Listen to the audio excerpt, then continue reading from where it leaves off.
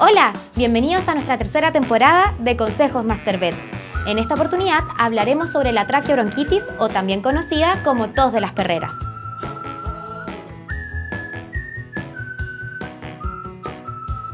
Es una enfermedad altamente contagiosa que puede producirse por virus y o bacterias y que afecta al sistema respiratorio de nuestros Masterdogs.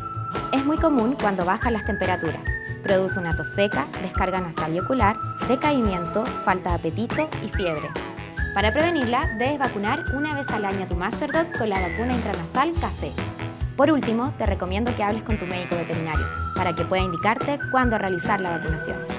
Y recuerda, la salud de tu Masterdog depende de ti. Síguenos en nuestras redes sociales y si tienes consultas, escríbenos a masterdog.cl y nuestros veterinarios responderán todas tus dudas. ¡Nos vemos!